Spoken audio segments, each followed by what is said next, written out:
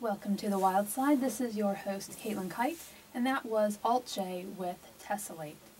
And on this week's show, I want to talk about a couple of scientists that I think are really fascinating people and have really interesting life stories, as well as really interesting career stories.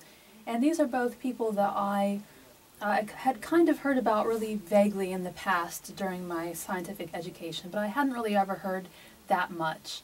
And so when I recently read about them again, kind of in more detail, and actually the same book that I was talking about on last week's show, the book that I was reading about the history of the periodic table and the importance of elements to people and culture worldwide, I thought maybe it would be a good time to revisit these guys and read a bit more about their own personal histories in more detail, and kind of just think a little bit about what makes a good scientist and what are the things that kind of pushes a person towards science and helps someone not just be an average scientist, but one that really sees things that no one has seen before, and to make discoveries and to make connections that no one else is making. So the first person on my list is a Swede known as, well, I'm just going to make the anglicized version of the name because it would be much better pronounced, and this is John Jacob Berzelius. And Berzelius was born in 1779 and he died in 1848. This is kind of an exciting period in science because this is kind of just after the Enlightenment, so you've had lots of people finally moving into, moving out of the Dark Ages and realizing that we need to think and we need to move just beyond the church and think about things in a more scientific, experimental sort of manner. So you did have a lot of things like this happening in this time. And of course you've got the Industrial Revolution going on. We're kind of, gearing up towards the Industrial Revolution, so there are lots of experimental things that are made possible by all of the electronic and technological sorts of gadgetry. And Berzelius was a person who really was able to take advantage of this exciting time. And what's kind of interesting is that actually, even though this was a really nice time in history in terms of science, it also came after one that was even more incredible in many ways. And certainly in Sweden, by the time that Berzelius was born, many of the most accomplished and influential Swedish scientists that we know of today had already come and gone. So people like Scheele and Brandt and Gahn and Linnaeus. You may not recognize too many of those names, but Linnaeus you probably know for coming up with a system of naming species using Latin binomials. So people didn't really expect too much out of that country at that point. It was kind of being eclipsed by places like France and Germany and the UK.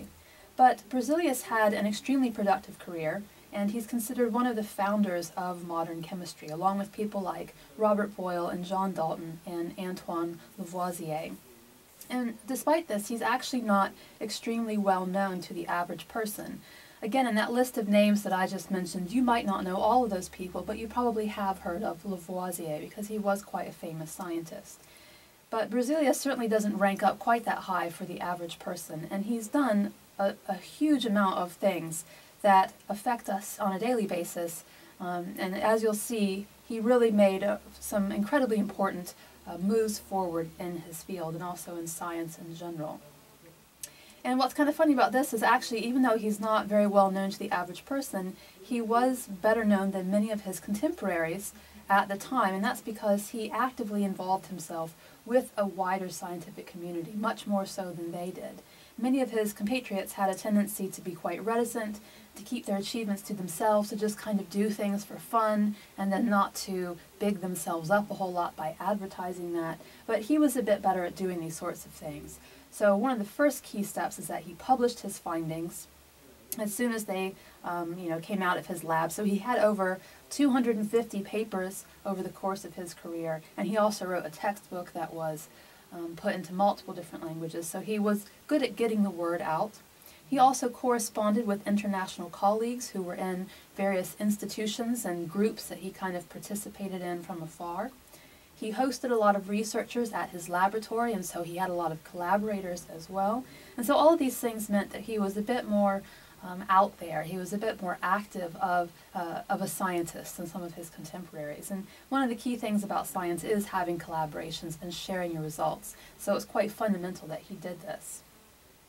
And all of this is kind of especially impressive. All of these achievements of Berzelius were really impressive given the fact that he was orphaned at a very early age, and he struggled financially early on in his academic career as he was trying to finish his studies, and he didn't go directly into the chemistry career that he wound up in eventually, so he overcame quite a lot of hurdles. He originally trained as a physician rather than a chemist, and then he learned chemistry at Uppsala University while he was studying with someone that you probably don't know, Anders Ekberg, but he is the discoverer of one of the elements. So tantalum is the element that he discovered. And this meant that he was someone who was kind of well known in his day and certainly accomplished enough to be able to do such a thing. So this was a really important mentor for Berzelius. And one of the things that he was most interested in when he was studying was the effects of electric currents, or galvanic currents as they were called at the time, on diseases and on living organisms in general. So people at this time thought that you could use this information to understand the secret of life. So, you know, this is the kind of era when Frankenstein was being written, because people were obsessed with using electricity to give things life. Maybe we were all living because we had some sort of electric spark within us. So people were trying to figure out if they could use these electrical techniques to kind of understand something fundamental about, you know, beings and the universe. And one of the things they wanted to do with this, and one of the things that Berzelius was interested in doing, was discrediting the idea of vitalism, which was kind of this vague notion of what makes a person alive, or what makes any organism alive.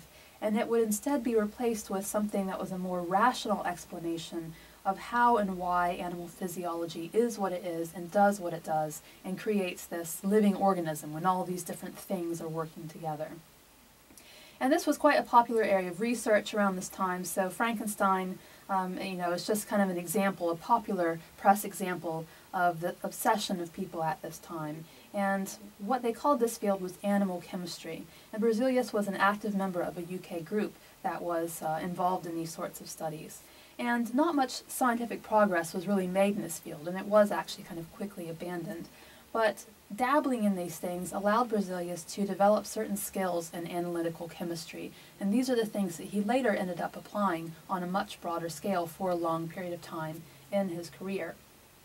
And all of this stuff was also important for helping him network and become affiliated with people that would help him in his career. So, for example, probably most important to these is someone who was a mine owner locally, Wilhelm Hissinger. And this kind of spawned a really important collaboration in Berzelius's life, because Hissinger had access to a bunch of ores. And Swedish mines are really important because there are lots of ores that occur in Sweden that aren't found anywhere else, or are only found elsewhere in very, very small quantities. So lots and lots of things were discovered for the first time in Sweden around these mines. And so being involved with this guy meant that Berzelius was going to get access to some really interesting materials that he could then examine chemically.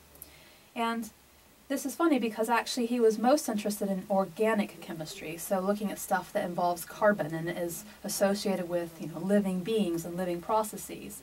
But inorganic chemistry is what he really was transitioning into with studying of these ores. And he, in fact, was the first person to make the distinction between these two fields, organic and inorganic chemistry. Now, Berzelius emphasized the importance of proceeding analytically and empirically, so doing experiments in order to see something, conducting observations in order to test out a hypothesis, not just kind of reasoning things or deducting things without any firm evidence and proof. And to facilitate and improve this process, he developed lots of equipment and also lots of concepts and phrases that allowed him to express these ideas that he was then working on from these experiments. And all of these things are now an essential part of chemistry and science in general. So, for example, he developed rubber tubing and also filter paper, which are kind of, you know, fundamental things that are used in a laboratory. He originated a variety of chemical terms that are still used today. So the term catalysis, which is when a non-reactive or slowly reactive substance is added to a chemical reaction in order to speed it up. So, you know, when something catalyzes something else, that word is thanks to Berzelius. He also came up with the word protein, and this is a name that he applied to samples that had been sent to him and described by someone else, a Dutch colleague named Gerardus Johan Mulder. So Berzelius was sent these samples in 1838, and at that point, looking at these things, he was the first person to apply the word to them. And what's interesting is that they still didn't really have any idea what they were looking at that time. So Mulder had isolated several common proteins that are found in animals and found that they generally tended to have the same formula. So you're familiar with scientific formulas in the form of H2O, for example. Well, this one had the formula C400H620N100O120P1S1. And if you know anything about those numbers, each of those things indicates how many of those atoms are involved. So this is actually quite a large molecule because it involves at least 1,000 different atoms of these elements. And this was an interesting thing to them because they hadn't ever seen something this huge. And they were trying to figure out whether this was just one really large molecule or whether it was something else that they hadn't really found previous to that time. And in fact, they later found out that they were proteins, which are these, things that kind of basically do all the things that happen in our bodies. They're the fundamental biological molecules in many ways. So this was quite an important term for Berzelius to have come up with. He also coined the term isomerism, and isomerism is when you've got molecules with the same molecular formula but different chemical structures. And when this happens, basically you've got the possibility of these same molecules having very, very different properties. And this is a result of maybe having different functional groups. Maybe one of them has an alcohol group on it, but something else has a different type of group. Or maybe it's because they have different spatial configurations, so one might be the mirror image of the other. So they look in many ways quite similar, and they do have the same formula, but one is just kind of the reverse of the other. So an example of this is that propanol, which is C3H8O, it can be found as N-propyl alcohol, as isopropyl alcohol, or as methyl ethyl ether. And of course you probably don't know those very much. Those are kind of things that we don't encounter very much, except for maybe isopropyl alcohol. But certainly you can tell that these are three different things that are all different forms of one single entity. And it completely depends on the location of a particular oxygen or alcohol group within the same basic kind of molecular structure. And this really interesting kind of difference between one sort of molecule and another was first recognized by Berzelius, and he first understood that these were essentially the same bits and pieces being rearranged to make something completely different. And even though you did have those same building blocks, you could create very different buildings in the end, if you like. And finally, another word that he coined was allotrope. And this is something that I talked about last week on the show, where I talked about tin and how tin has a few different allotropes depending on the temperature. Well, allotrope, again, just to remind you, is when you've got different forms of the same element. So in the case of tin, you've got the lighter version, the kind of silvery or white version that occurs at temperatures above 13.2 degrees. And then you've got the gray one that occurs at temperatures below 13.2 degrees. And they're both still tin, but they just look different and they act different depending on the environmental conditions. And again, Berzelius was the first person to put a name to this phenomenon and to really understand what it meant in terms of why these chemicals were acting the way that they were.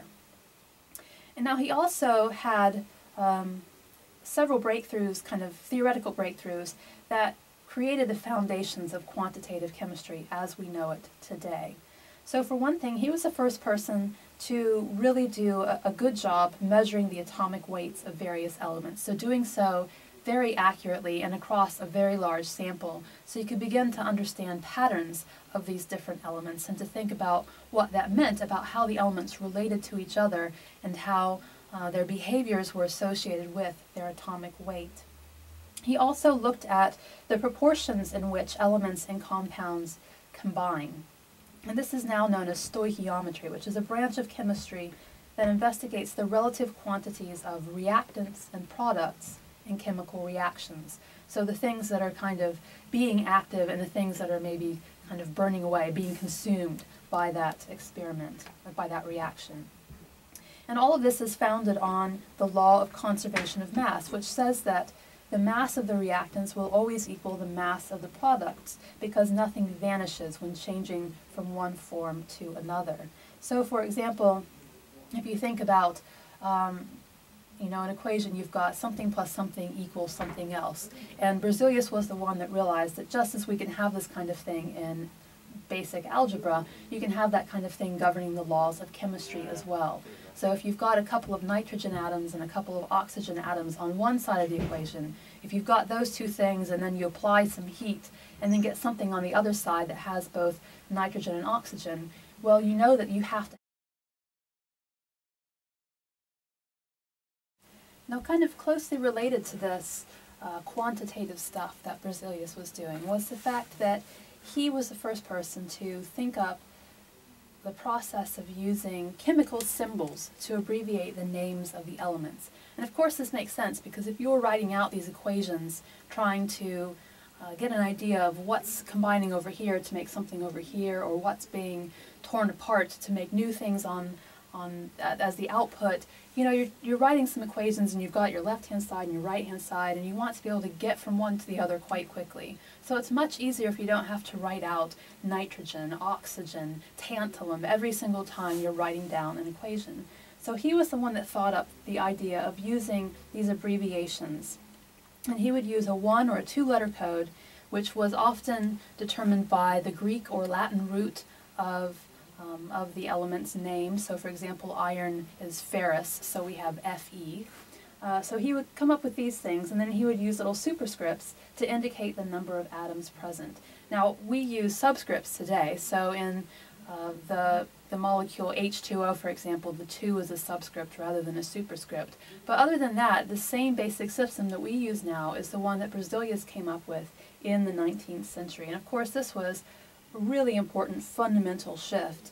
And one of the things that was exciting about it was not just that it, helped everyone prevent their hands from hurting because they were writing too much, but because it conveyed both qualitative and quantitative information simultaneously. And that had never really been done before. So it shows what ingredients are in a compound and also in what amounts. And this really helped people to see compounds and molecules completely differently, because before they had isolated things from various different sources, and then they had tried to compare them and think about what is this, even though it's, it might smell kind of the same, but is it the same because it's from something completely different? But once they were able to look at the fundamental makeup of it in terms of how many atoms and what types of atoms, they could actually see that something could be exactly the same, even if it was isolated from two completely separate things. So menthol, for example, is a compound that we're familiar with that has that kind of minty smell and minty flavor. And menthol can be isolated from different types of plants. It's not all just from the very same plant. So for example, you've got different species of mint. You've got peppermint and spearmint. So if they had isolated menthol from both of those two different things, they might have thought that it was completely separate, even though it was very similar. But once they were able to use these equations to write down a formula for menthol, for example, they could see that it was fundamentally the very same thing, no matter where it had come from. They knew that atoms were atoms were atoms, and it didn't matter what the source of the atoms were, or where they'd been before they combined to make these new compounds. Once you had something with a chemical structure and something else with the same chemical structure, those two things were comparable. And this, amazingly, was something that they had never realized until this time. Now, Berzelius also was very fundamentally involved in discovering 4 different elements. Some of these were ones that he did personally. Some of them were in collaboration with the owner of the mine where he was working. So cerium, thorium, selenium, and silicon were all thanks to Berzelius personally, but also lithium and vanadium were discovered by students working in his laboratory using things that he had taught them and under his supervision. So he was quite important for expanding our knowledge of the periodic table. Now, a lot of these things that he found you might not have heard a whole lot about or know where they are, but they do feature in things that we use every day. So these were important discoveries.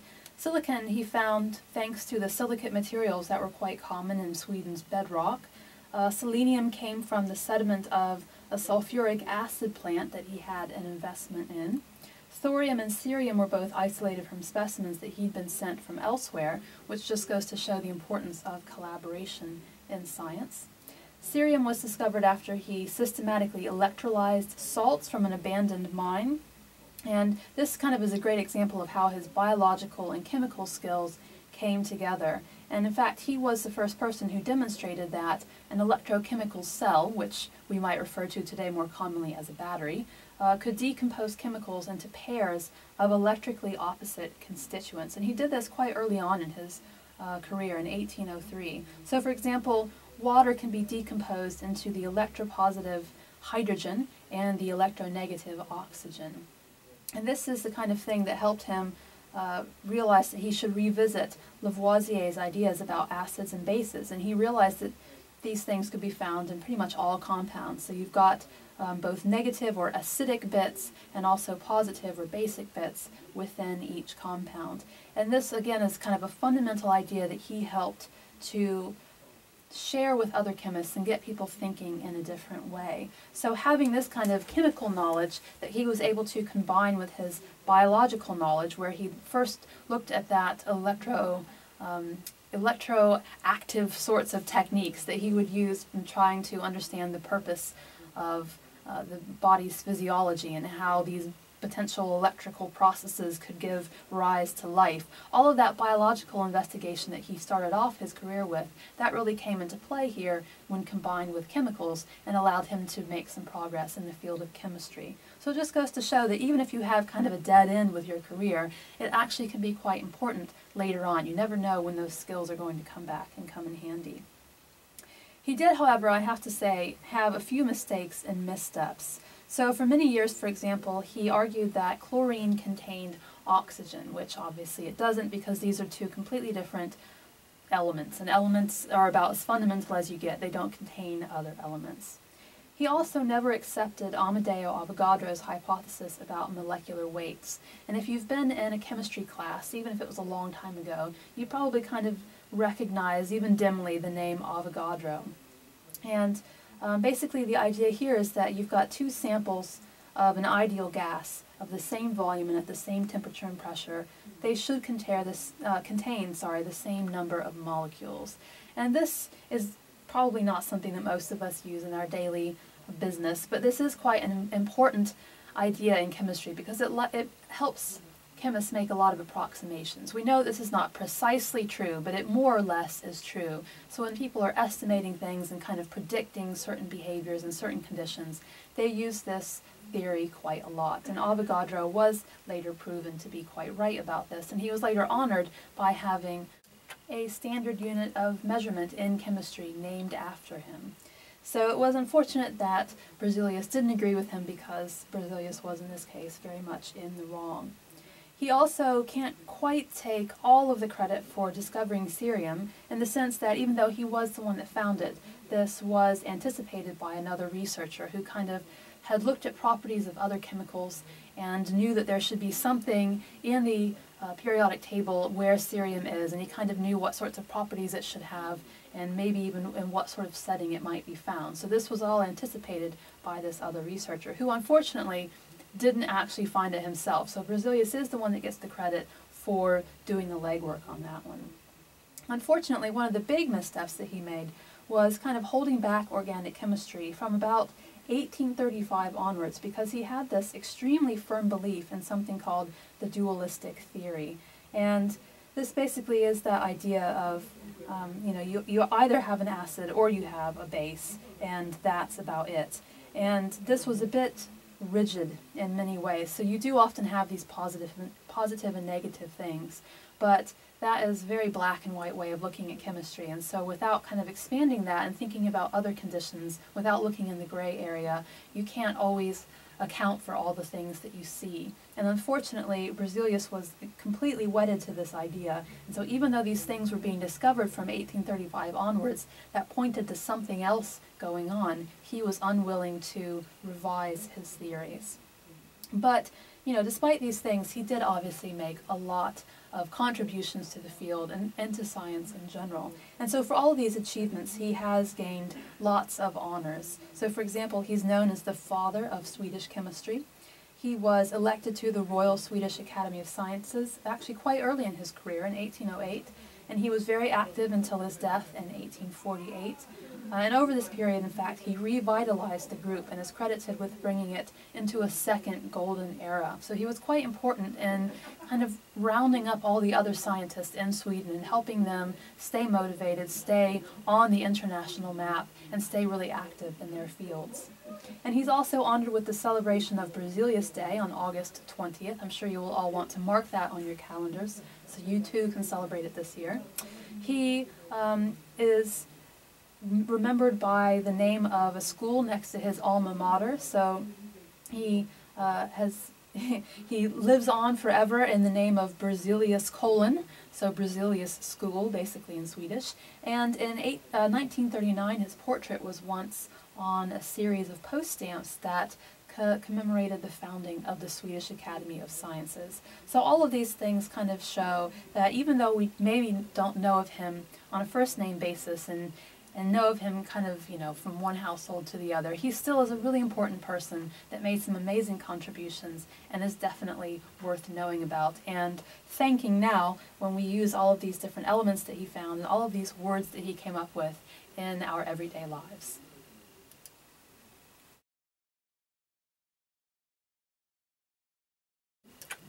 Welcome back to The Wild Side. This is your host, Kight, and that was Claire McGuire with Your Electric, followed by Beck with The Information.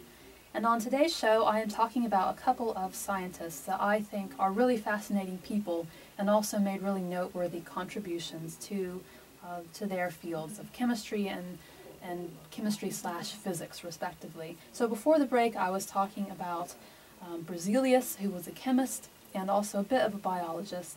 And now, after the break, I want to talk about someone who is quite a role model for any ladies who are interested in science, and also for everyone else, of course. And her name is Lise Meitner. And I'm actually, I've been so intrigued about Lise that I have bought a book about her so I could read more about her life in greater detail. So I first found out about her in this book that I recently read that I mentioned on last week's show as well.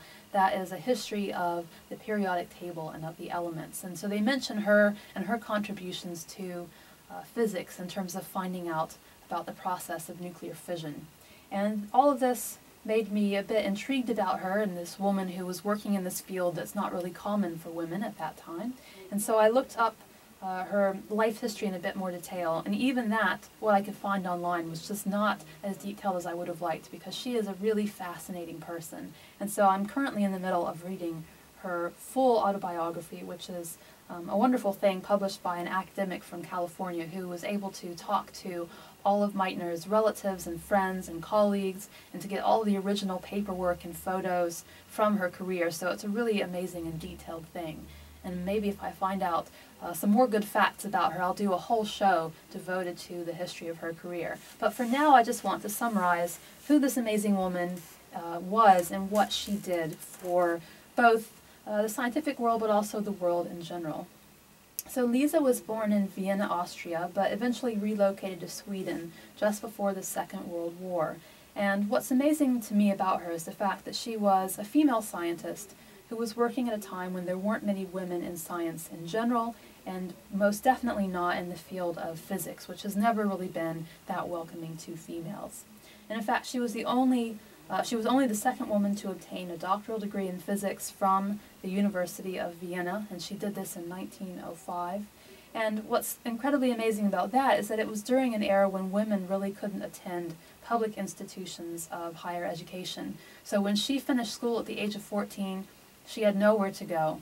But luckily, by the time she was about 21, she had kind of acted as a teacher in the interim. They finally did start opening the doors to universities. But she had this huge gap relative to the male students in terms of, what she knew, because the males would have gone on past age 14 and done some more schooling before then going to university. Lise didn't have that. So what she had to do was study really intensely for 2 years to fit in about 8 extra years of study, and then she could go on to university after that. And her parents helped her do this by hiring a private tutor for her that helped teach her about all sorts of fields, but in particular he was quite good very dynamic at chemistry and physics. And that's one of the reasons why she was so in love with this, is because she already had that kind of interest, and he really helped put her on that path and get her even more excited about those things. Now, she got her degree, but then again, she didn't really have much to do with it because women weren't really encouraged to go into the laboratory and to work at universities, and they certainly weren't given lectureships. So eventually she took her degree and went off to Berlin, where she was hoping she might get a bit warmer of a welcome. And that is where she met Max Planck, who she previously had encountered at university because he'd come to give a talk there, and he was quite respected. And now he didn't normally allow women to come into his lectures, but after she introduced herself, he did agree to allow her to come. And I've read some of his specific and direct comments about this issue of women in the class, and he wasn't as misogynistic as the worst, but he also wasn't extremely welcoming, and obviously didn't think that women could quite perform up to the same level as men. But luckily, Meitner was able to kind of hang in there and work through this, and actually she was able to work in his laboratory. And what was great about this was that she was able to work with someone else that was in his laboratory with her, so she didn't have to worry about feeling kind of scared of Planck. She was able to kind of adjust to university little by little and kind of gain her footing and get used to working in this world where there were basically only men and then her. And one of the people that she worked with was, one of the people that she was not able to work with that she wanted to was someone named Emil Fischer, who was the winner of the 1902 Nobel Prize in Chemistry. And the reason that she wasn't able to work with him is that he completely forbid her and all women from entering laboratories in which he had male workers. So you can see the kind of atmosphere in which Meitner found herself. But luckily, she worked with someone named Otto Hahn, and they became not only colleagues, but also very, very close friends. And he was quite good at explaining things and answering questions to help her kind of get up to the same level as the rest of them. Because again, even though she was quite bright, she'd been excluded from education for quite a while. So he was really helpful in kind of making her feel more comfortable in this world. And the two of them together discovered several new isotopes and made a lot of progress with chemistry. And I guess the kind of the stuff that they were looking at was kind of the crossover between chemistry and physics, and she was particularly enthralled with physics. Now, one of the isotopes that they discovered was the first long-lived isotope of the element protactinium, which was an achievement that prompted her to be awarded with the Leibniz Medal from the Berlin Academy of Sciences, and also to be given her own physics section at the Kaiser Wilhelm Institute for Chemistry. So she was able to show that she was in fact quite competent, even though she was a lowly female, and she was able to slowly kind of rise little by little in the ranks. And this of course was helped by the fact that women were getting a bit more kind of respect and independence as the years went on. Despite all this, these kind of minute steps that I'm talking about, moving towards liberation as a woman, she was still the first woman in Germany to assume a post of full professor in physics, and that happened at the University of Berlin in 1926. So again, that's, great for her, but not to the greatest sign for the universities and for the country that it took them that long to allow such a thing to happen. Now, what's really scary is that her life took a turn for the worse in the 30s, because that is when there was a lot of anti-Semitic opinion going on in Germany, of course, and that's when you have kind of everything gearing up for World War II. And she barely escaped Germany for the Netherlands after the Anschluss, and she traveled undercover and was helped by physics colleagues to escape the country. She was successful despite the fact that one of her colleagues, who was a Nazi chemist, he had informed the authorities of her departure. So her life really was in danger, and she'd kind of later regretted this in her life, because she said that she just tried to ignore the political situation and just bury her head in work so she wouldn't have to face the truth. And she put herself in danger, and she also felt that she had kind of unwittingly condoned what the German authorities were doing at that period of time, when they were carting off fellow Jews and sending them into concentration camps.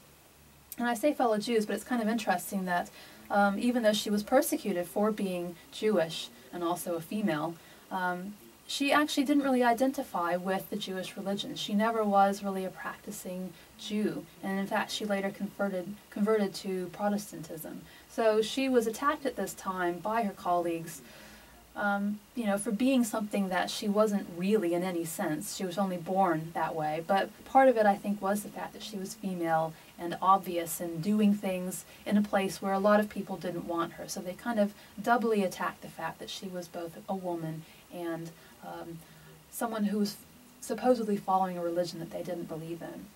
So through all of this, she was able to kind of relocate and reestablish herself in Sweden, but she basically left behind absolutely everything. Her equipment, her notes.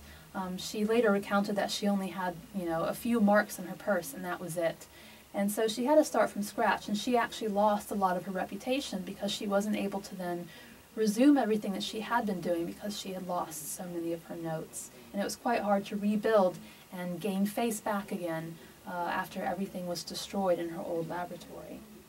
And as you'll see, there are also some other things that happened later on that were directly caused by this move from one country to another that really caused her career to suffer a serious blow. So after she relocated to Sweden, she worked with someone named Måns Sigban, despite the fact that, again, this is another person who didn't feel that women should be working in science. So on a daily basis, she had to deal with these sorts of people, but obviously she proved them wrong and show them that a woman could work in science, and so they were able somehow to tolerate her presence, which I think really goes to show what a personality and what a mind she must have had. Now, in her new location, Meitner was introduced to Niels Bohr, who is, of course, one of the most famous physicists of all time, so she began to correspond with him on a regular basis and was getting lots of good ideas that she was able to share with him. She also continued to correspond with Otto Hahn back in Germany, and she secretly met him in Copenhagen at one point so they could plan further experiments that the two of them could use to expand their research in the field of nuclear physics. And what's really important about this is that by this time they had begun to do these experiments that were going to help them discover the process of nuclear fission. But Meitner didn't have the experimental setup that she needed to do this, and she couldn't go back to Germany and work with Otto, and so she basically had to rely on him to do the legwork, but she would correspond and help give interpretations and guide what he was doing. So Hahn and another scientist called Fritz Strassmann performed the experiments, and they were racing against Ernest Rutherford in the UK, Irene Joliot-Curie, who's Marie Curie's daughter, in France, and also Enrico Fermi in Italy. And all of these guys were trying to be the first person or the first group to see whether it was possible to synthesize elements that were heavier than uranium. This was their major goal. They just wanted to get a Nobel Prize for doing something that no one really thought was possible. And at the time, the researchers probably didn't really have any idea that this work that they were doing was going to facilitate the later creation of nuclear weapons. Although Meitner did know that there was going to be a whole lot of energy, and so she maybe had some of the earliest gleamings of what this would eventually lead to. So what they observed, all these people in this race, was that when you split a uranium nucleus into barium and krypton and a handful of neutrons, you would also get a little bit of energy coming off in the end. And this, they were trying to explain all these little different bits that were coming from uranium. They're trying to explain why this was such an energetically interesting process. And actually what's quite interesting is that quite early on, another female scientist had proposed this very thing. She proposed the idea that you could in fact split uranium into multiple components and that there would be some energy involved if you did that. And this idea was first proposed by another German named Ida Noddack in 1934. And this is, again, quite interesting because here's another female in science, and she also was quite accomplished. She discovered an element, for example. So she kind of, in some ways, is the mother of fission, even though that's now a title that's more, knowingly given to Meitner because of the fact that she is actually the one who did finally interpret what these patterns meant. So basically, the team finally figured out that there are no naturally occurring elements beyond uranium because of the fact that all the electrical repulsion of the protons in the atom would overcome strong nuclear forces that normally keep them in proximity to each other in the atom's nucleus. And you can do that up till the point of uranium. But once you get to 92 and beyond, there are just too many things you're trying to push into that little tiny space, and they have too much energy and just explode away from each other. and that, of course, is radioactivity. And Meitner was also the first to realize that Einstein's equation, E equals mc squared, explained all of the energy that they were seeing as they were splitting uranium apart, because it's converting mass into energy. But unfortunately, even though she had these phenomenal insights, because of the political atmosphere, she couldn't publish with Hahn. You know, she was a woman, she was a Jew, she'd fled the country, she was trying to hide and start a new life, and so Hahn couldn't publish with her because he would get in trouble from the government, and she couldn't publish with him because she was trying to make sure that she was safe and wasn't going to be attacked.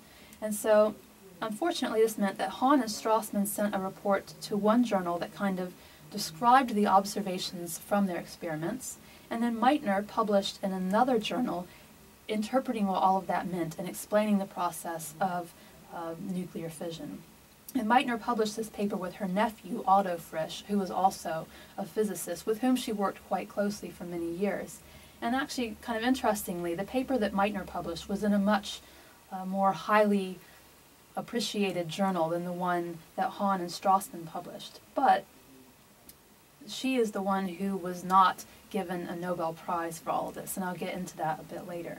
So the process that Meitner and her nephew were describing in that paper was later experimentally confirmed by her nephew in 1939.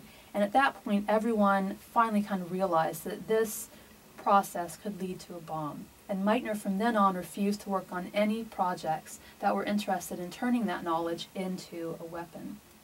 And that is quite admirable, you know, considering the fact that there was, of course, a lot of courting of her to do this sort of thing, but she completely stayed away from that because she knew that it was a horrible thing that technology could turn into, and so she wanted to pursue other stuff that was, you know, maybe not as cutting edge in some ways, but was definitely a lot safer and was a lot more kind of fundamentally interesting to physics and not so much in an applied setting.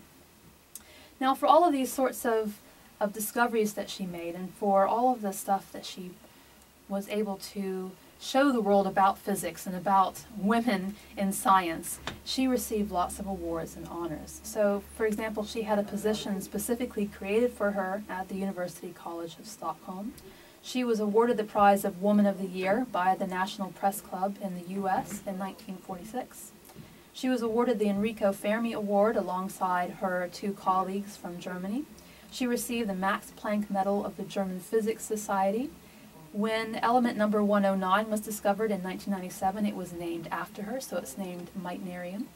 She also has several astronomical features named after her, but as I said earlier, she did not receive the Nobel Prize, and this is really unfortunate because the person who did get it was Otto Hahn, and he received it in 1944. And neither Strassmann nor Meitner were mentioned in this, and most people feel that it's an oversight for both of them because Strassmann did help Hahn with the work, but especially for Meitner because she was probably overlooked for the fact that she was both female and Jewish, and people at the time knew of the role that she had played but had personal problems against who and what she was, and so they neglected to give her this award. And a lot of people say this is actually one of the worst oversights in the history of the Nobel Prize. And one of the things I like about Meitner is that there are lots of other impressive things that she did as well. So for example, during the first part of World War I, she served as a nurse, and she used her knowledge of physics to help soldiers by using X-ray equipment.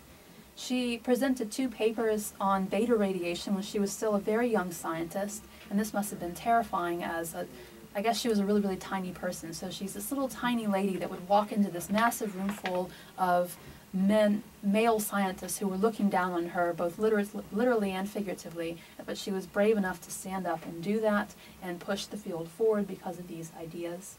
She discovered something called the Auger effect, which is named after a French scientist who discovered it later the following year, but the effect does not bear her name even though she found it first.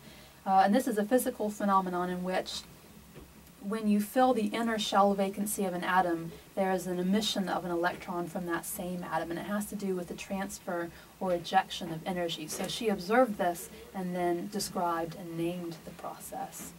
She also contributed to work on Sweden's first nuclear reactor, so again, kind of using that knowledge of what she found about nuclear fission, but in a much safer, much happier kind of way. And she was also the first female member of the scientific class of the Austrian Academy of Sciences. So all of this, I think, shows, this was really an incredible mind. She had quite an illustrious career and was extremely happy doing physics just because she liked to know about things, and she was always looking for the truth. And you might not know this, but when she was quite old, she finally did leave Sweden and moved to the UK, because this is where most of her family was. And she's buried right here in the UK. She's buried in Bramley. And the epitaph on her grave was written by her nephew, Otto Frisch, and he wrote that she was a physicist who never lost her humanity, which I think is a really nice way to be described, that she held the line. So even after she found out about fission, she didn't use it to hurt people, but to try to help people. And she tried to always find out more things about the universe and about nature so that she could kind of figure out the role of humans in the universe, which is, I think, really what a lot of scientists are trying to go after. But sometimes people lose track of that a little bit and go for glory or go for money or whatever. But she was really true to that kind of fundamental desire of many scientists. And I think that she is a fantastic lady, and I think that Berzelius is also equally interesting, but in very different ways. And I hope that you found their life stories compelling as well, because they are interesting people, but they are also people that have contributed to some really interesting scientific ideas and to help move their fields forward a bit and kind of pioneer new things. So hopefully you understand a little bit more about that process and why those things are interesting. And I will leave you now with a couple of songs, depending on how much time I have, since I've talked quite a lot about these exciting people. So I will start off with You Cheated Me by Martha Wainwright, and if there's a bit of time, you'll also hear Imogen Heap with Half-Life.